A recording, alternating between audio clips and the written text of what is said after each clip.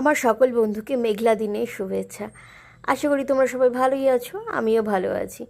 যাই হোক, এখন সকাল বিকাল কিছুই বোঝা যাচ্ছে না, সবসময় আকাশে মেঘ, চারপাশ অন্ধকার। সকাল সকাল চা দিয়ে দিনটা শুরু হলো। তারপরে তো সংসারে টুকটাক কাজকর্ম থাকেই, তো কয়েকটা জামা কাপড় একটু ধুয়েছিলাম, তো গেছিলাম মেলতে। মেলাও ছিল, তোমার সাডেন দেখলাম হঠাৎ করে একটু বৃষ্টি শুরু হয়ে গেছে।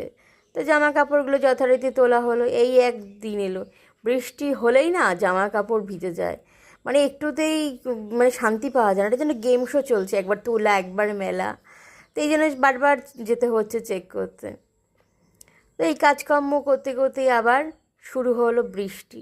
খুব বৃষ্টি হলো, মানে চারপাশ পুরো একদম সাদা, তোমরা দেখলেই বুঝতে পারবে।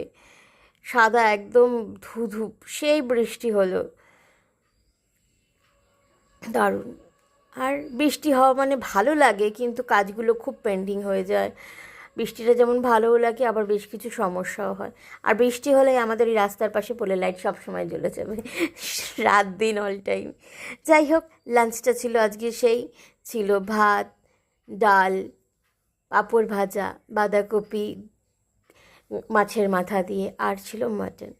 লাঞ্চটা তো সেই হলো, দারুণ। আর তোমরা জানিও তোমাদের বৃষ্টির দিন কেমন লাগে, আর লাঞ্চে কী খেলে, আর কোথা থেকে আমার ভিডিওটা করছো। আর please subscribe my YouTube channel.